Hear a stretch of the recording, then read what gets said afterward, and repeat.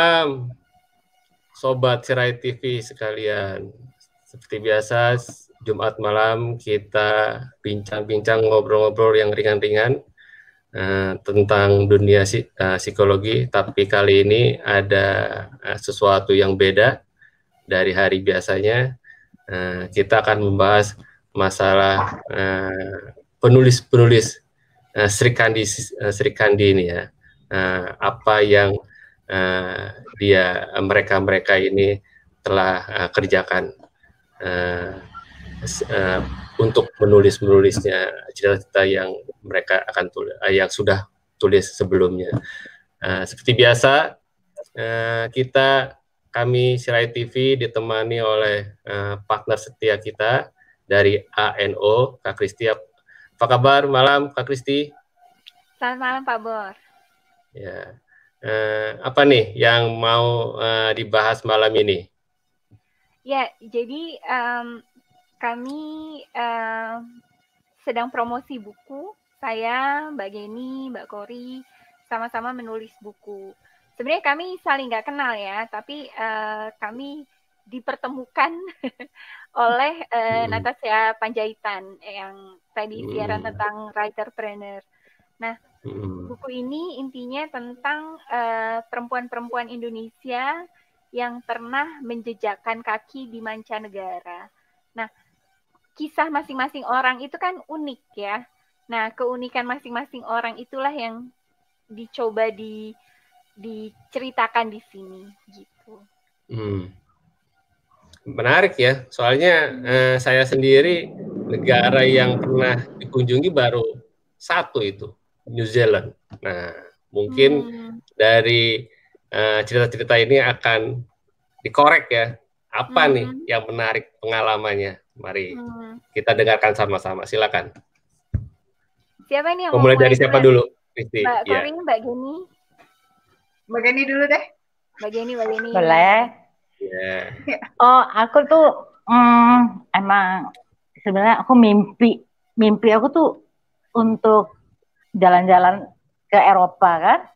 Nah, baru kesampaian, maksudnya baru waktu dulu itu punya temen diajak tapi nggak punya waktu, nggak punya cuti gitu kan.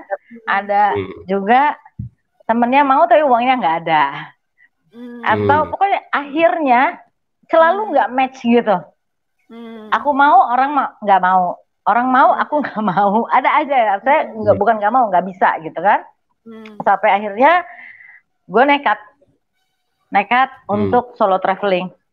Karena aku pikir mau sampai kapan keburu dengkul gue copot gitu kan. Akhirnya gue nekat solo traveling ke Eropa. Emang Eropa itu emang idaman gue gitu kan.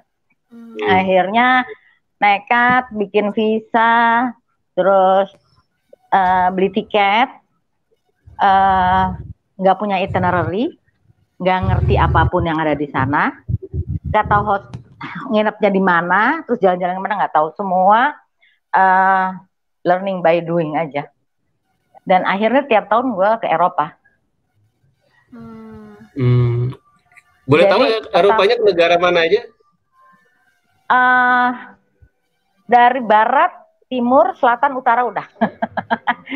Dari Amsterdam, Spanyol, Itali, sampai sempat aku kan pelukis, sampai sempat aku belajar lukis di Tuscany, di Toskana. Bentar, ini ada ada pesan sponsor. Nah, terus oh my god. Ada apa itu, Mbak? Ada soundtracknya gitu ya. Background musik.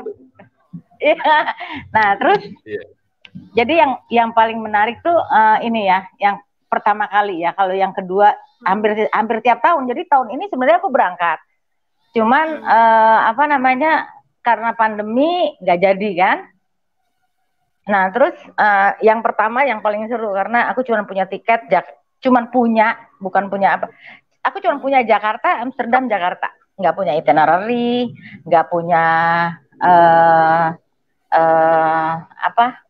yang pasti nggak punya itinerary, nggak punya temen, gitu kan. Akhirnya aku berusaha dan aku gaptek. Feli tahu banget tuh aku gaptek. Nggak ngerti caranya GPS tuh kerjanya itu gimana gitu kan.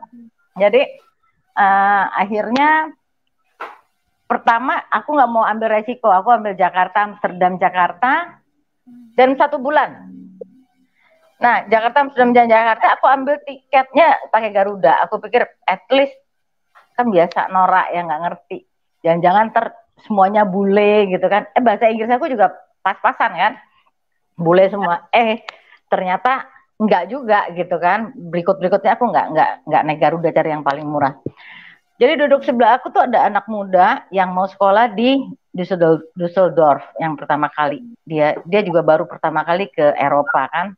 Nah, terus aku bujuk-bujuk dia tuh di pesawat supaya dia lu ke Amsterdam dulu deh gitu kan.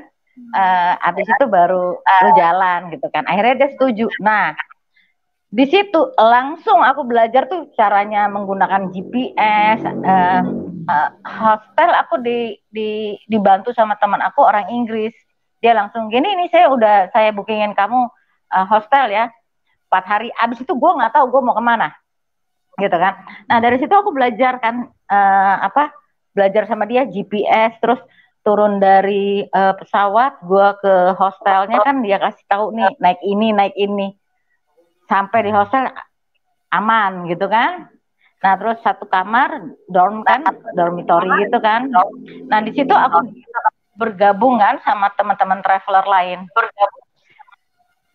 Bahkan aku kehilangan dompet, ketinggalan. Pas aku mau berangkat ke Zurich, ketinggalan dompet di resepsionis hotel. Wah, langsung karena ketinggalan dompet. Langsung keluar dia. Oh, balik lagi. Oke. Nah, tapi teman aku yang orang Argentina yang sekamar, dia bantuin kan. Aku langsung WhatsApp dia kan. Kita sempat jalan bareng. Tolong bilangin sama hostel bahwa gue perlu surat laporan hilang karena dompet gue hilang. Dia ke bawah ternyata disimpenin. Beruntungnya gue kan, dan orang Argentina itu nggak bisa bahasa Inggris loh. Jadi aku WhatsApp-annya dia pakai Google Translate. Ya udah, abis itu mulai itu Google ya. Udah ya pakai Google Translate. Nah dari situ ya pokoknya pertama kali aku berangkat itu aku bukan kehilangan ya, karena balik semua. Dari handphone, maksudnya dari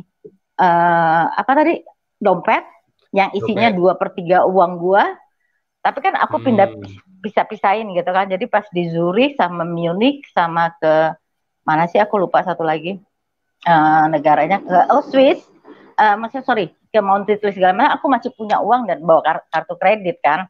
Nah dari situ aku berangkat lagi ke Belgium, terus ke Paris, terus ke Inggris. Di Inggris itu pun aku ketinggalan yang namanya tablet.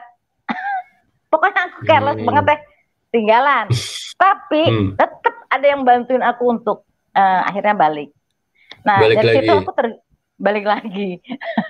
Jadi ada yang emang selalu bawa 2 handphone. Satu karena aku tahu aku careless. Satu sampai kalau hilang aku punya handphonenya, tapi nanti paling beli SIM cardnya gitu kan. Jadi yang ketinggalan itu si tablet itu yang nggak aku pakai gitu kan. Ya, balik lagi, termasuk ransel berikut segala macam barang aku ketinggalan di restoran. Tapi balik lagi semua. Balik semua, pokoknya rezeki aku masih halal lah ya. Amin. Jadi, iya. Lucu juga ya. Jadi balik semua sampai yang ransel itu ketinggalan di restoran. Aku jalan terus langsung dikejar sama waitersnya si restoran. Man, this is your bag. Kamu tuh jangan ninggalin, kamu tuh traveler, kamu tuh jangan ninggalin apa-apa. Ya sorry. Tapi alhamdulillah balik lagi. Jadi hampir tiap tahun aku selalu berangkat ke Eropa karena dari situ aku punya ketemu teman-teman ya. Jadi selalu mau di hostel. Karena di hostel tuh pasti ketemu tambah teman. Dan salah satunya adalah waktu pas di Budapest. Di Budapest aku kenalan sama teman yang akhirnya dia undang saya ke negaranya, ke Swedia. Selama 2 minggu aku di situ ya, maksudnya seminggu di rumahnya, terus keliling-keliling lagi sampai Helsinki segala macem, terus balik lagi ke dia. Nah sampai aku bantuin dia ngecat rumahnya segitu lah segala. Aku bantuin ngecat rumahnya dia.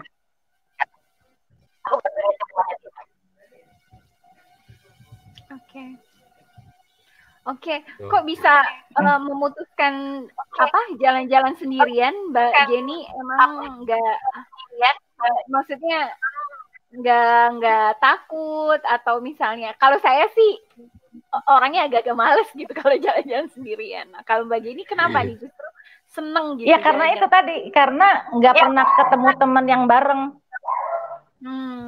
Gitu, jadi aku bisa, teman nggak bisa. Teman bisa, aku nggak bisa. Aku punya dan waktu itu kan masih kerja yang cutinya itu nggak bisa sembarangan gitu loh. Nah pas aku akhirnya aku ambil pensiun dini kan. Nah detik aku pensiun dini, dapat kerjaan sehingga aku pindah ke Bali.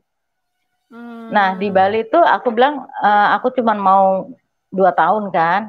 Soalnya benar-benar kalau nggak gitu sampai kapan aku nggak bisa kemana-mana gitu kalau misal harus kerja terus kan. Akhirnya aku pikir udah rezeki udah diatur lah.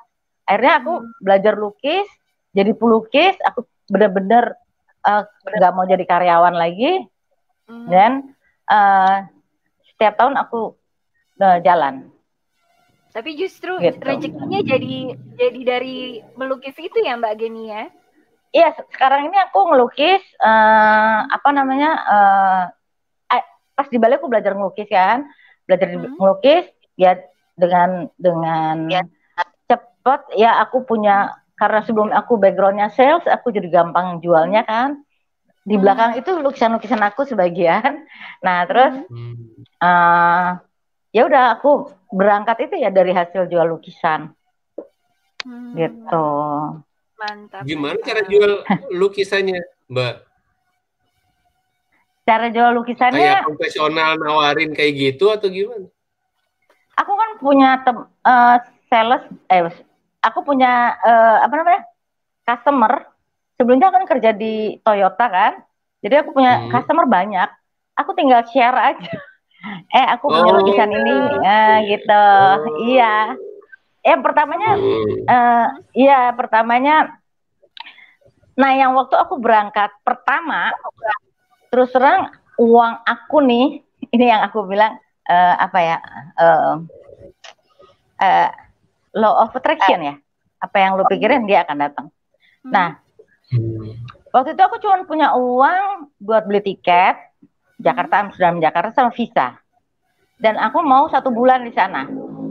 Aku nggak punya uang untuk 1 bulan di sana. Waktu itu baru belajar ya, aku baru belajar ngelukis, jadi baru 2 tahun dan belum pernah aku jual lukisanku. Aku cuma lagi kalau udah di tangan ya, tiket udah di tangan. Tapi nggak punya uang. Untuk di sana kan pasti bayar hotel, bayar makan, bayar jalan-jalan, bayar bus, bayar train, segala macam kan. Nggak ada aku. Akhirnya aku lihat ini aku punya lukisan. Aku butuh uang sekian gitu kan. Aku punya lukisan berapa nih? Ada berapa? Sekitar 12 apa 14. Akhirnya aku cuman posting set. Aku bilang gini, gue mau jual nih lukisan. Itu dalam waktu 3 hari 12 lukisan terjual. Wah, mantap. Udah langsung berangkat.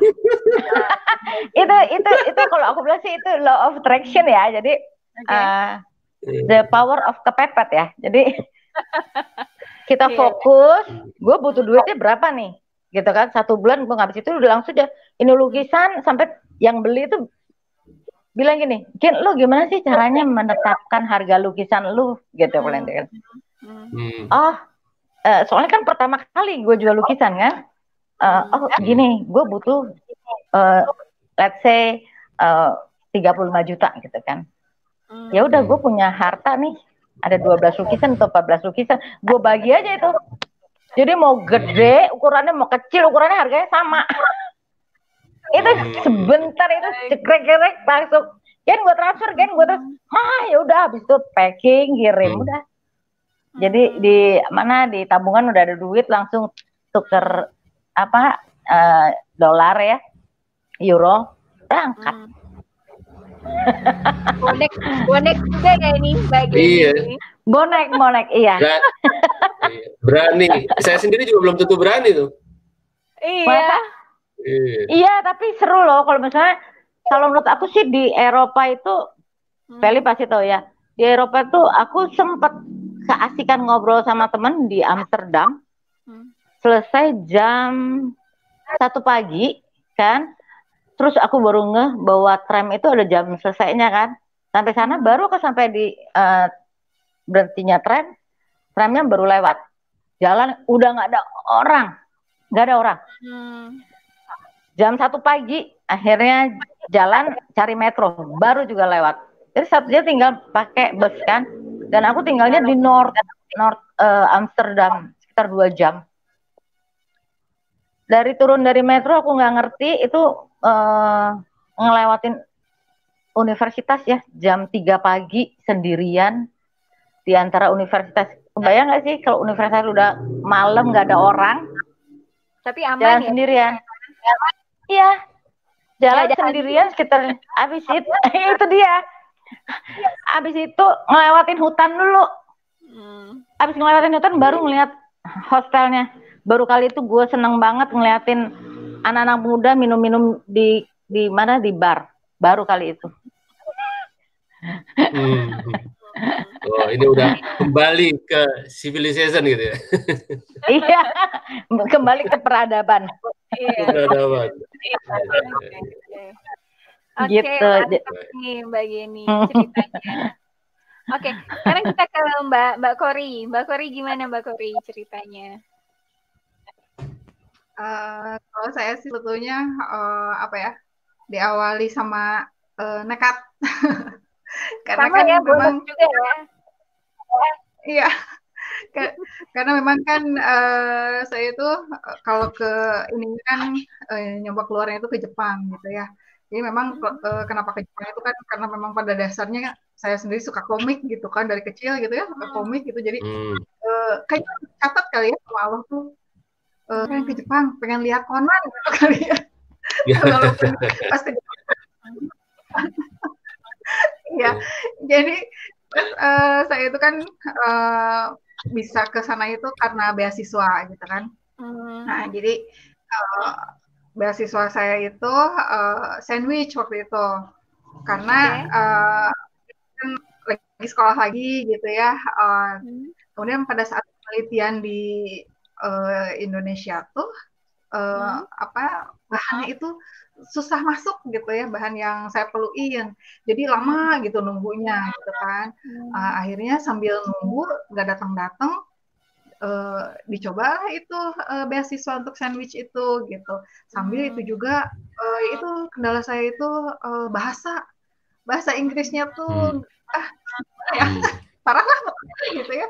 Tapi ya mungkin jadi makanya di sini juga pada buku yang dibuat ini saya memang mengangkat topiknya itu gitu gara-gara bahasa gitu ya. Tapi ternyata dengan walaupun keterbatasan bahasa gitu ya, kalau memang kitanya udah niat gitu kan, didukung oleh semesta ya, dukungan keluarga dan yang lainnya gitu kan, ternyata bisa berangkat juga gitu. Ke Jepang mungkin karena di Jepang bahasa Inggris itu kan kurang ini juga kali ya, jadi nggak begitu diperhatikan mungkin ya untuk bahasanya sendiri gitu. Nah terus saya juga mencoba juga turun dari pesawat gitu ya di Kansai, punya pengalaman juga tentang ketinggalan ransel. Nah itu ranselnya kan laptop saya yang ya itu ya disertasi saya, penelitian saya itu kan datanya di sana semua ya. Ketinggalan di bandara.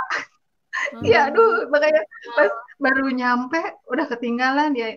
malumlah ini kayaknya apa ya, orang kampung sebak kota kali ya, jadi aja baru nginjak Jepang, ingetnya foto-foto gitu sampai rambutnya ketinggalan. Aslinya mana nih Mbak Kori? Kenapa? Aslinya di mana? Dari mana? Saya dari Tasik. Dari Tasik. Ya, gitu. Jadi bisa kelihatan di ininya. Logat. Iya. Ya makanya gitu ya. Tapi alhamdulillahnya itu ya gitu. Jadi dalam jangka waktu 2 hari rangsel saya itu bisa kembali gitu. Semuanya lengkap. Karena kan maksudnya ya, kan semuanya itu mungkin pada saat di pemeriksaan ditemukan barang hilang kan semuanya dikeluarin kan. Masih ada uang apa gitu ya, termasuk uang rupiah juga masih ada di sana gitu ya. Terus pas dikembalikan itu si uangnya nggak ada, jadi biarinlah toh uang rupiah ini gitu kan nggak ini. Taunya sama petugas dari bandaranya itu sampai dianterin ke ya ini. Ampun, baik banget ya. Ya, makanya ya alhamdulillah ini bisa balik lagi gitu. Kalau di Indonesia ya mudah-mudahan bisa kayak gitu juga gitu nanti. Kalau di Indonesia sih udah hilang kali ya Mbak Kori ya. Kalau di Indonesia depan mah enggak, udah lupa aja hilang, udah hilang duluan. Tapi ya alhamdulillah gitu ya dengan saya bisa berangkat ke Jepang itu, jadi penelitian saya bisa cepat gitu ya ininya terselesaikannya gitu. Karena kan sebelumnya selama saya di Indonesia itu harusnya kan penelitiannya ke arah virus gitu ya. Nah terus selama ini baru komputasinya aja gitu yang dikerjakan gitu. Jadi untuk lab basahnya belum, baru lab kering. Dan selama di sana ya alhamdulillah. Apa ya Mbak Kori? Bidangnya? Kenapa? Bidang penelitiannya di bidang apa? Saya biokimia. Di bidang kebetulan pada saat ke sana itu saya mencoba membuat itu rapid test untuk chikungunya gitu. Jadi setidaknya kan ya jadi kan memang sih chikungunya kayaknya nggak parah-parah amat ya, tapi kan kalau kita tahu sistem yang bisa dibuatnya gitu ya, jadi nanti virus apapun kita bisa buat gitu. Kalau ini corona tahu nggak? Iya corona. jadi masuk ke sini nih. Yang corona gimana jadi nih? Jangan-jangan udah punya vaksin sendiri nih. Diem-diem. Corona juga lagi dibuat. Ya kerjasama dengan Bio Farma. Di lab saya itu rapidnya, kemudian yang vaksinnya memang sedang dibuat gitu. Kerjasama sama Bio Farma gitu. Itu sudah ada timnya gitu, alhamdulillah. Jadi ya setidaknya kalau kita udah tahu sistemnya, jadi kan apapun juga asal tahu gitu ya ininya apa bisa dari antigen atau antibody gitu ya, seperti itu. Itu insya Allah kita itu bisa bikin sendiri gitu. Ya kan kalau misalkan yang sekarang ada itu, kita kan rata-rata rapid testnya kan dari luar gitu kan. Ya termasuk kalau yang saya ini gitu kan, itu kan dari Korea. Nah, sedangkan untuk keberhasilannya sendiri ternyata hanya 20 sampai 50,8% untuk virusnya. Saya kan beda strain virusnya yang di Korea sana sama di Indonesia gitu. Makanya bagusnya kan kita dan alhamdulillah tuh pas saya coba di Jepang DV saya gitu ya, bagian dari antibody yang dibuat komputasi itu kemudian dicobakan gitu ya, diinteraksikan dan alhamdulillah bisa gitu. Jadi senang juga ya kita udah bisa antibodinya seperti apa, kemudian bisa berinteraksi gitu kan ya. Gitu deh. Jadi mantap. Berapa lama nih Mbak Kori di Jepang? Saya 3 bulan. Ya. Terus selesai gitu penelitiannya selama di situ? Kalau dibilang selesai sih enggak. Karena 3 bulan Soalnya kan harus optimasi dan segala macam gitu.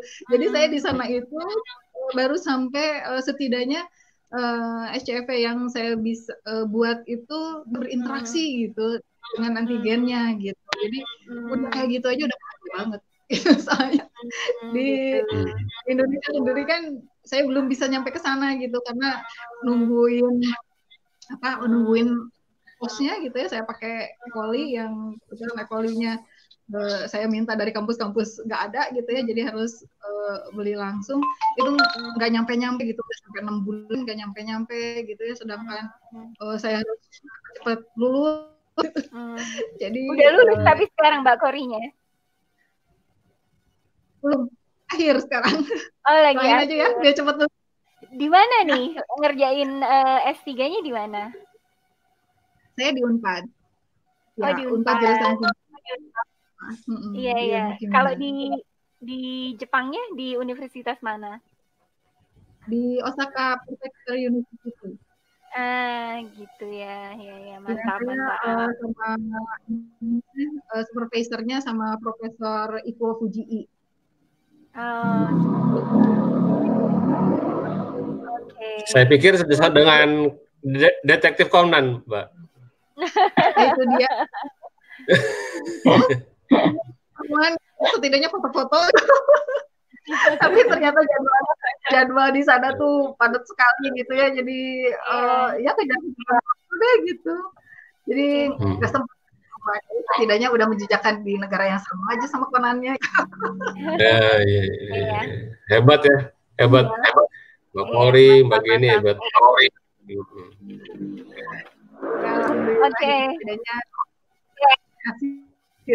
Oke. Sekarang Christine, apa nih yang mau di-share nih dari pengalaman? Saya tahu nih, Christine kan di Jerman nih. Nah, mungkin ada nih yang mau di-share nih tentang pengalaman. Apakah modal nekat juga ataukah ada trik-trik khusus? Nah, silakan. Siapa tahu saya bisa nyontek. Bisa. Ini kayaknya nih salah judul Pak Bor. Oh, jadi apa nih judulnya harusnya? Ini harusnya Sri Kandi nekat harusnya. Oh, ini nekat ya. Oh, ini dari tim teknis nih. Salah ini, tim teknis salah ini nih, salah judul nih. Judulnya Sri nekat harusnya nih. Iya. Mbak Kori modalnya nekat, Mbak Geni modalnya juga nekat. Lah ternyata saya juga sama aja 11-12 Pak Bor. Oh, gitu. Nekat juga ya? Oh. Pokoknya jangan mikir, jangan kebanyakan mikir. Iya, benar. Saya karena kebanyakan mikir jadi nggak pergi-pergi. Nggak jalan-jalan, bener. Nggak jalan-jalan, benar ya. Nekat aja ya, betul. Kayak Nike. Betul. Just do it. Iya, gitu. Kan ada quote yang bilang just do the best and God take the rest kan. Ya udah, kita the best aja. Abis itu kita serahin sama yang di atas. Gitu. Betul. Iya. Jadi kalau saya ya apa Kristi pengalamannya? Ya, jadi kalau saya itu ceritanya kakak saya Pak Bor. Kakak saya nikah sama orang Jerman.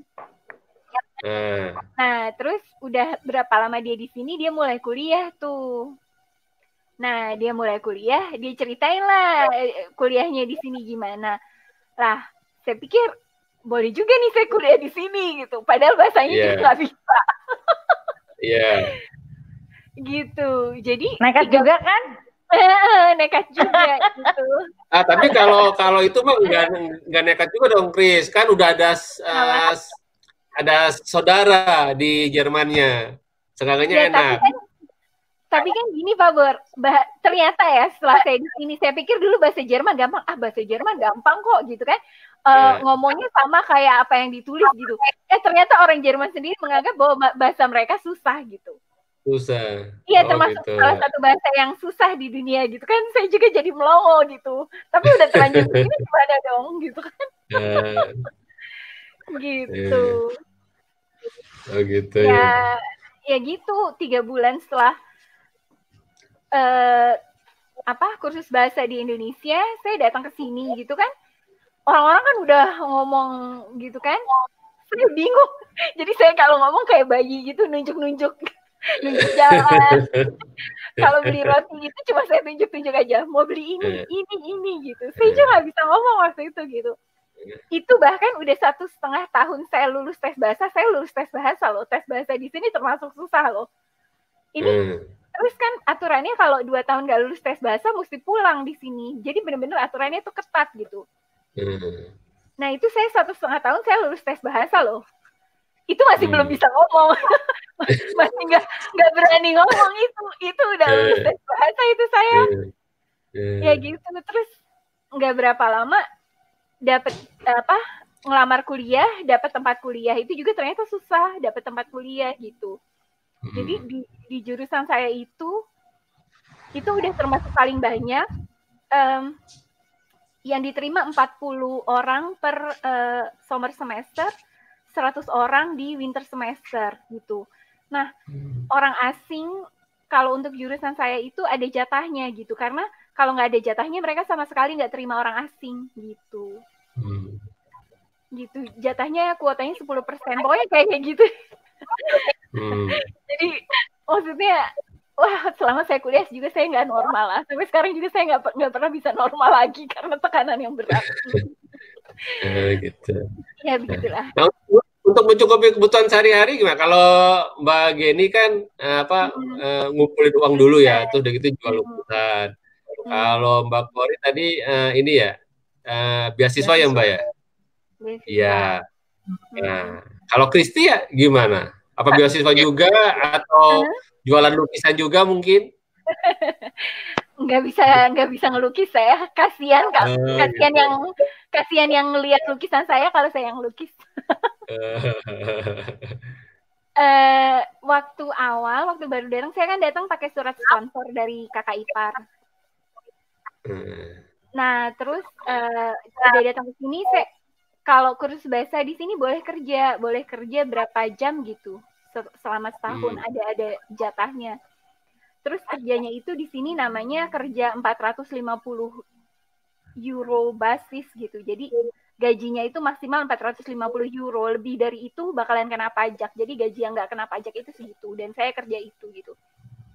Kerjanya itu apa aja ya, kerja macam-macam. Saya kerja serabutan, saya kerja jadi pelayan, saya kerja nyuci piring, saya kerja bersih-bersih. Saya kerja di pabrik juga pernah macam-macam lah. Gitu. Itu selama kursus bahasa. Terus terus akhirnya diterima kuliah itu. Nah, satu kali saya lewat lorong kampus. Nah, di situ ada pameran beasiswa gitu. Terus itu hoki lah. Saya pikir itu salah satu unsur hoki juga. Hoki nggak hoki ya. Pokoknya untung lah waktu itu. Saya lewat itu ada pameran beasiswa. Saya nanya-nanya mana lembaga yang mau kasih beasiswa, cuma ada 2. Terus yang satu itu cuma kasih uang buku, yang satu kasih beasiswa sebanyak, kalau di sini ada namanya apa ya? Pokoknya uang kalau orang mau sekolah atau kuliah yang orang tuanya nggak mampu, itu dibiayai sama negara. Ada uang kayak gitu di sini, tapi saya lupa namanya. Nah, beasiswa saya itu sebesar itu. Gitu. Nah, itu yang saya lamar. Dan untungnya saya dapat. Gitu. Nah, itu. Kalau status visa, pelajar apa udah jadi residen di sana? Enggak, saya masih pakai visa. Gitu. Gitu. Jadi hebat ya. Ya. Jadi Mbak Geni, Mbak Kori, dan saya dan beberapa penulis lain itu menuliskan cerita-cerita kami lebih lengkapnya gitu di buku Bergerak Terus Menggapai Asa Menjadi Nyata. Gitu. Nanti kalau mau beli mesti kontak kemana? Ke email masing-masing ya, yang ada di layar ya? Betul. Oke. Betul. Atau Nama judul bukunya itu ya, Menggapai Asa itu tadi ya. Betul. Gitu. Menggapai asa menjadi nyata. Menggapai Menjadi asa nyata. menjadi nyata. Nah, seharusnya Merdeka. ditambah lagi tuh. Ya, Menggapai asa dan modal nekat gitu ya. Oh, iya, betul. betul. Tapi justru loh gitu. kalau misalnya segalanya, kalau buat saya ya, karena sebelumnya juga aku udah pernah kemana-kemana gitu juga, tapi kan ikut tour. Kalau ini enggak kan, Iya, jadi bener ya. aku, jadi kayak booking hostelnya ya, selalu pakai hostel kan. Kita kayak aku suka, gue dapat apa nih ya, temen gue sekamar kayak apa ya gitu, dan aku selalu mix, jadi bisa cowok bisa cewek. Dan sering banget misalnya satu kamar yang 4, yang 3 laki.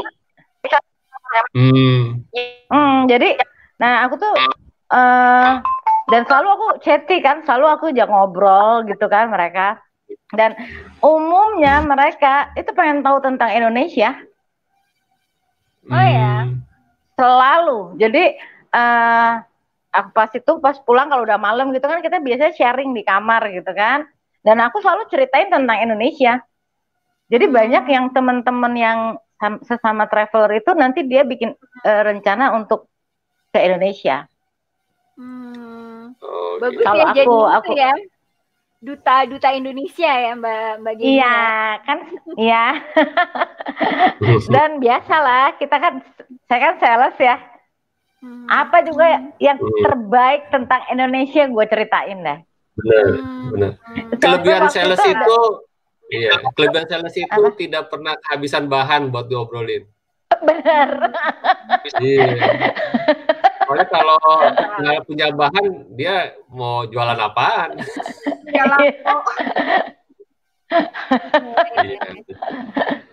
Iya.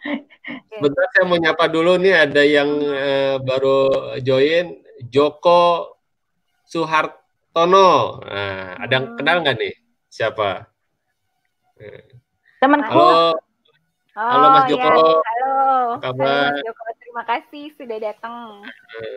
Silakan kalau umpamanya ada yang mau ditanyakan sama Sri Kandi Nekat ya. Tapi ini ya pengalamannya ini ya. Benar. Apa pengalamannya itu sangat apa ya? Sangat memberikan inspirasi gitu ya. Jadi mungkin kalau saya sih mungkin enggak kali ya. Mungkin ntar anak saya gitu ya, kalau umpamanya ada anak saya ini kebetulan udah punya cita-cita nih 2025 mau pergi ke Korea. Nah, saya pikir-pikir udahlah biarin aja. Iya. Ya kalau menurut aku sih apa ya? Oh ya, apa nih kira-kira kiat-kiatnya nih? Ya. Kiat-kiatnya tuh semua orang, semua orang aku ajak ngobrol di sana. Kalau aku semua orang, sampai waktu pas aku di Inggris, pokoknya kalau misalnya di bawah 1 jam, kalau aku cek di GPS, kalau jalan kaki di bawah 1 jam, aku berjalan kaki. Tapi kalau misalnya udah lewat dari 1 jam, aku baru naik bus atau naik tram atau naik. Nah itu pas kapan aku di UK di daerah apa sih yang Beatles nyebrang jalan itu loh, Westminster Abbey gitu kan. Nah pas baliknya kan aku udah mau naik metro gitu kan, nggak ketemu sama stasiunnya. Dan umumnya orang-orang di sana senang, nggak tahu mungkin karena aku orangnya baik hati ya. Jadi semua aku dapat kebahagiaan. Iya. Jadi dan aku juga kalau misalnya nanya itu bisa ke 3 orang dengan pertanyaan yang sama, dan mereka happy aja jawab aku gitu kan. Ada satu nenek-nenek yang jalannya lambat banget kan, aku tanya, Mem, bisa tolong kasih tahu guidance ke stasiun metro terdekat? Just come with me, dia bilang gitu kan. Jalannya kan lambat sekali ya. Aku bilang, Mem, aku bisa sendiri Mem, aku bilang gitu. Nah, come with me. Jalan gue berdua sama dia ya. Sampai akhirnya dia bilang, ya gue nggak mau ganggu lu, saya bilang gitu kan. Kasih tahu aja. Jadi dia kayak worry, takut aku hilang gitu kan. Terus habis itu, gitu, enggak, saya juga mau ke metro, dia bilang gitu kan. Oh oke, sekalian. Sambil jalan kan ngobrol.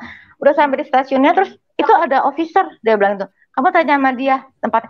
Aku udah tahu, dia bilang. Tapi untuk nyenengin dia, aku tanya dong. Terus pas ngeliat, aku udah ngomong sama polisi staf di situ, dia baru jalan.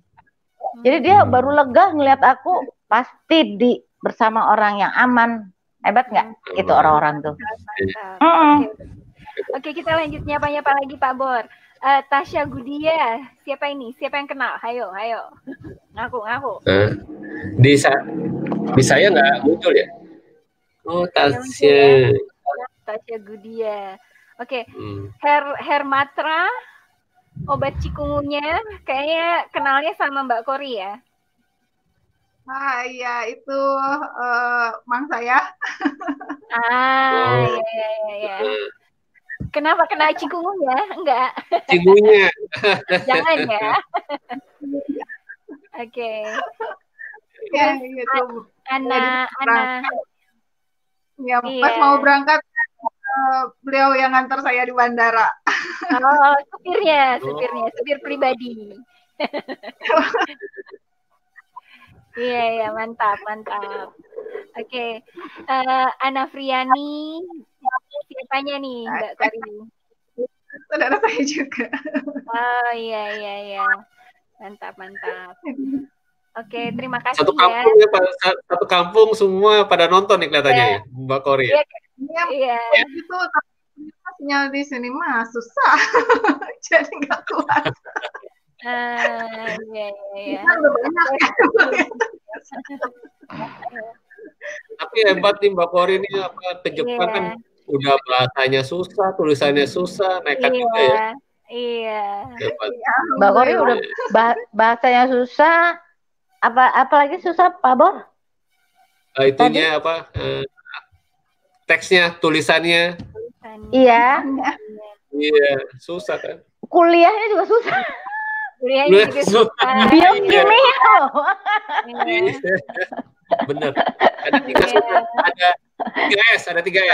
Iya. Itu namanya susah banget. Susah ya dulu.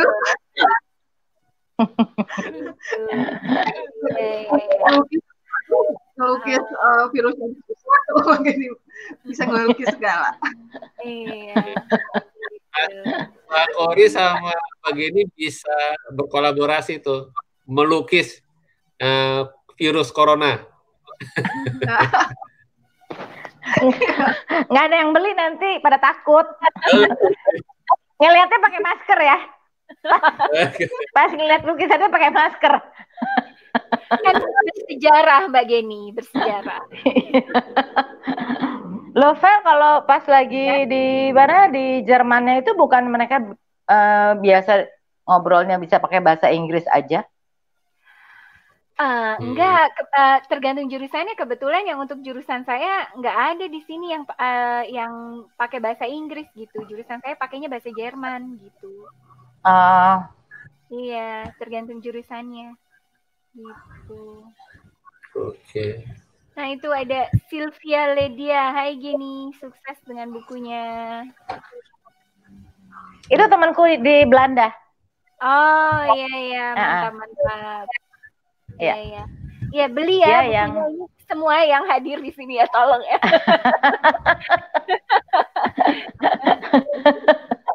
Kan lagi promosi buku. Gitu. Jadi kalau misalnya penasaran dengan cerita-cerita perempuan-perempuan yang seperti kami, bisa beli bukunya gitu.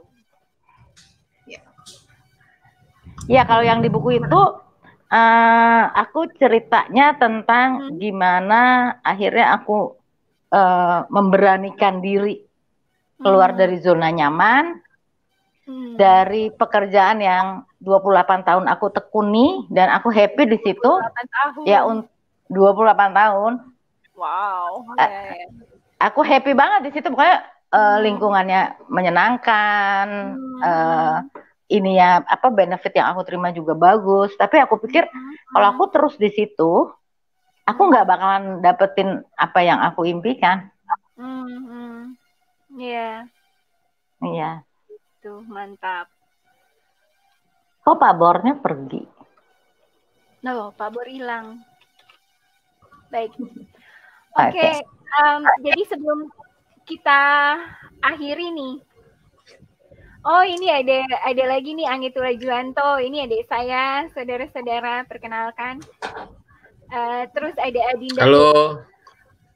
Adinda Febriza. Adinda, apa kabar? Adinda Febriza itu ini desainernya. Pertanyaannya nih umum nih. Saya juga nih. Ada kiat-kiatnya nggak nih? Iya nih, Bageni. Pengen jadi traveler. Oh, ya itu kiat-kiatnya kalau aku ngumpulin uang dulu. Yang tahun apa? Ngumpulin uang dulu baru ini atau gimana? Enggak, aku tuh nggak pernah. Jadi kayak Pak Bor itu berpikir dulu. Jadi apa namanya? Dream dulu kan, dream. Terus setelah aku mimpi, ya udah aku taruh mimpinya. Nanti taruh di mana Bageni mimpinya? Taruh di dinding tadi mana lah ya. Pokoknya aku lupain. Aku lupain gitu. Maksudnya, oh aku pengen tapi jadi maksudnya ya udah. Setelah itu nanti kalau aku nih alam semesta yang giring aku ke situ. Amin. Oh gitu. Dan jadi termasuk masalah dana. Yang tahun kedua tuh aku juga nggak ada dana. Tapi aku bisa dapat bukan karena jual lukisan. Ada lagi yang lain. Gitu loh. Jadi dana itu banyak ya berarti Bageni nih. Iya enggak, maksudnya tiba-tiba ada aja gitu loh. Jadi itu yang dibilang alam semesta ya, alam semesta yang ini, yang mendukung, yang bawa kita gitu kan, yang bawa kita. Jadi kalau aku bilang agak salah ya kalau misalnya kita ngumpulin uang untuk mencapai sesuatu, nggak usah dikumpulin. Nanti kalau dikumpulin nanti pasti kepake untuk hal-hal yang lain, ya kan?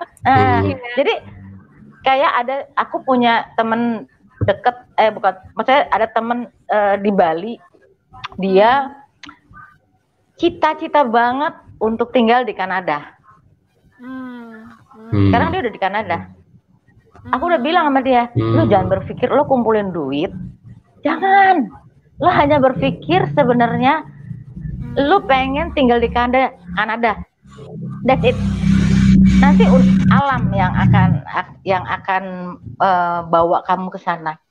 Udah, akhirnya bener 2 tahun yang lalu dia udah pindah ke Kanada. Terus pas mau berangkat dia sempet ngobrol kan sama aku tuh di Sanur Ken. Gimana ya? Waktu itu belum ada tuh. Tiba-tiba jadi dia tiap tahun ngisi apa tuh ya? Yang lotre yang imigran gitu kan. Itu kan permanent residence. 10 tahun dia akhirnya dapat. Terus termasuk waktu pas iya akhirnya dia dapat. Nah terus dia bilang gini 10 tahunnya itu ya. Sabarnya itu. Tapi kan itu. Sabarnya itu. Yang aku bilang dia taruh. Jadi dia pengen tapi dia taruh udah nggak dia pikirin. Gitu kan, karena kalau kita pikirin alam semestanya jadi berat gitu loh. Gitu ya. Tapi kalau jadi ya apa sih kalau orang apa tuh namanya tawakal ya kalau itu ya. Nah waktu itu waktu pas teman aku tuh bilang gini, uang aku nggak banyak nih kan, jangan dipikirin duit. Aku bilang tuh kan. Dia pindah bersama istri sama anaknya 2 kan, ke sana belum tahu ada pekerjaan apa. Nggak sampai 1 bulan dia udah dapet pekerjaan. Jadi dia juga bilang sama aku, Ken gimana? Gampang, lo describe, lo maunya apa? Misalnya, gue mau kan bayar apa namanya mortgage, apa tuh sewa rumah ya? Sewa rumah di sana kan 1 bulannya mahal banget kan? Nah, terus let's say 50 juta gitu ya 1 bulan. Lu punya nggak 50 juta? Nggak punya. Lu mampunya berapa? Lu pasti punya dong. Mampunya berapa? 30. Ya udah lo fokus, lo mampunya 30 gitu kan. Dapat dia. Itu kali ya di situ ada kemauan, di situ ada jalan ya. Iya. Ya, jadi begitu. Iya, sama termasuk itulah kalau kita berpikir apa yang kita, jadi pernah kan kita berpikir gini, kok banyak banget mobil putih, karena emang kita berpikirnya mobil putih terus. Nanti di depan itu mobil putih lewat, padahal sebenarnya yang lewat ada putih, ada hitam, ada biru, hijau, segala macam. Tapi karena kita fokus di warna mobil putih, nah si mobil putih itu terus yang keluar di depan kita. Iya gitu ya, jadi Adinda Febriza plus ditambah nekat ya. Jadi seperti yang telah kami jelaskan tadi ya, buku ini isinya penuh dengan orang-orang nekat dan semuanya perempuan.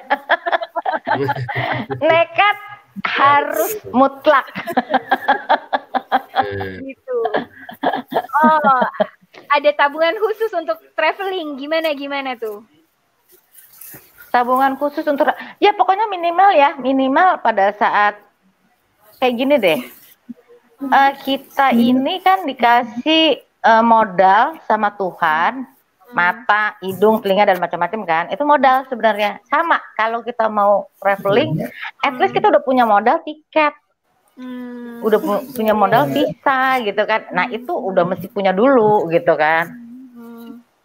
Oke, mantap. Nah, jadi kalau nabungnya ke situ dulu, jadi nggak usah terlalu pusing. Harus punya modal dulu tuh harus. Kecuali kayak Mbak Kori ya, Mbak Kori kan dia beasiswa lain. Yeah. Tapi modalnya kan di sini. Modalnya di otaknya ya, betul. Iya, biokimia men. Yang tukang bikin virus. Iya. Cikungunya. Iya. Cikungunya, aku pernah kena tuh cikungunya, harus minta sakitnya. Ya ampun. Oke, mantap ya. Jadi ya intinya itu cikungunya, oh bukan ya. Jadi intinya di mana ada kemauan di situ ada jalan, dan mudah-mudahan melalui buku ya. Apa Mbak? Mbak Gini mau ngomong apa? Ya kalau misalnya kita punya mimpi, betul. Kalau kita punya mimpi jangan terus tidur melulu. Betul. Mesti bangun. Betul, gitu. Jadi mudah-mudahan dengan buku Bergerak Terus Menggapai Asa Menjadi Nyata, banyak orang bisa menginspirasi. Iya, entah lewat sarana pendidikan, entah lewat jalan-jalan, lewat kreativitas kayak Mbak Geni, atau lewat saudara, lewat koneksi gitu. Lewat saudara seperti saya gitu, misalnya kalau ada saudaranya atau ada kenalannya gitu, bisa menginspirasi untuk kita bisa menjelajah ke dunia luar gitu. Seperti itu. Sebenarnya banyak yang suka takut sama bahasa loh. Bener, bahasa sama takut di sana situasinya seperti apa itu kadang-kadang sih. Seru loh kita kalau kita nggak tahu situasinya, surprise. Aku seneng. Iya. Buat bagiannya itu emang kali ya. Petualang gitu ya. Jiwa petualangnya ada. Pokoknya kalau kita selalu berpikir positif, pasti alam semesta yang positif aja yang ada di sekitar kita. Jadi kayak gini, waktu pas aku di Barcelona, perasaan aku udah nggak enak. Perasaan aku nggak enak ya, aku pikir gitu kan. Akhirnya hari itu aku taruh semua uang aku di deposit box. Aku keluar cuman pakai body bag sama satu kartu kredit. Di sana kan pakai PIN kan. Kartu kredit sama uang paling 10 atau 20 euro. Udah aku jalan-jalan. Bener loh, aku dipepet loh. Di mana di metro. Hampir copetan ambil aja deh, duitku cuma 20 euro gitu kan, tapi nggak kena gitu kan. Tapi jadi ada semacam lu harus percaya sama intuisi, ikutin kata hati, ikutin intuisi. Kalau perasaan lu udah ini kayaknya nggak nyaman, tinggalin. Gitu. Kalau Mbak Kori ada tips nggak buat kita, Mbak Kori? Kenapa Mbak? Gimana caranya dapat beasiswa atau tips apalah gitu?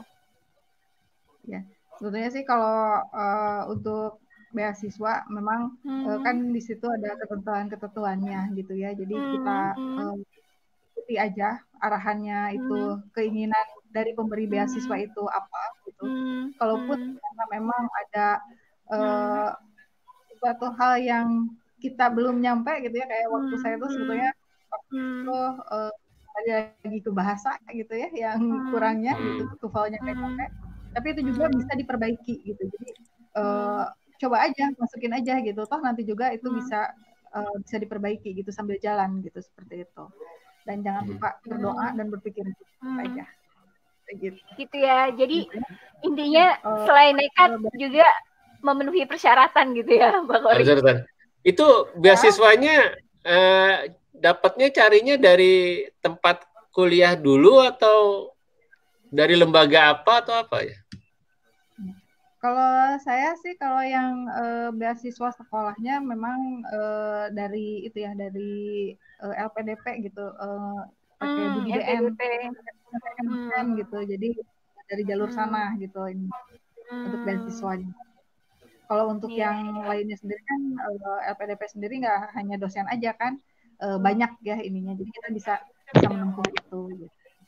Yang penting niatnya dulu aja, kuatin tekadnya sama usahanya, sama doanya. Kalau dapat lah gitu, teman-teman saya juga ada yang memang pada semester awal nggak dapat, tapi akhirnya di semester berikutnya dapat gitu. Jadi yang penting aja usahanya aja dulu gitu. Seperti itu. Oke. Ya, Kristi ada yang mau disampaikan promosi-promosi atau apa? Ya, ini kan kami buat siaran live stream ini untuk promosi buku Bergerak Terus Menggapai Asa Menjadi Nyata. Jadi mudah-mudahan ya selain inspirasi ini, intinya itu kita nggak berpikir di satu jalan ya. Ada banyak jalan gitu, ada banyak cara untuk mencapai tujuan gitu. Dan kami semua itu perempuan-perempuan biasa gitu sebenarnya yang kebetulan bisa menjelajah ke luar Indonesia gitu. Ya mudah-mudahan kami bisa memberikan inspirasi untuk banyak orang lewat buku ini gitu. Ya. Baik, ini Kristi, bukunya. Terima kasih. Oh iya, itu. Beli buku itu. Silakan beli ya. Ya. Ada di layar. Gitu. Kayaknya di Play Store juga ada deh. Iya, di Play Store ada. Bisa dibeli juga gitu. Atau kalau mau pesen juga bisa lewat kontak kami di sini gitu. Mantap. Oke. Baik, terima kasih untuk para narasumber, Mbak Geri, Mbak Kori, ya atas pengalamannya yang luar biasa ya. Nah, saya sendiri pengalamannya tidak senekat Mbak Geni kali ya, tapi cukup memberikan inspirasi lah. Juga Kristi juga mudah-mudahan nanti siapa tahu ada yang mau pergi ke Jerman, nanti juga mungkin bisa tanya-tanya ke Kristi, silakan dijawab dengan senang hati. Untuk Mbak Kori juga siapa tahu next bisa ketemu dengan Doraemon gitu ya. Amin. bisa pakai pintu kemana aja ya Mbak Kori, jadi balik lagi. Iya, dan ntar jadi nggak hanya ke Jepang aja, bisa langsung tiba-tiba ada di Jerman atau ada di mana gitu ya.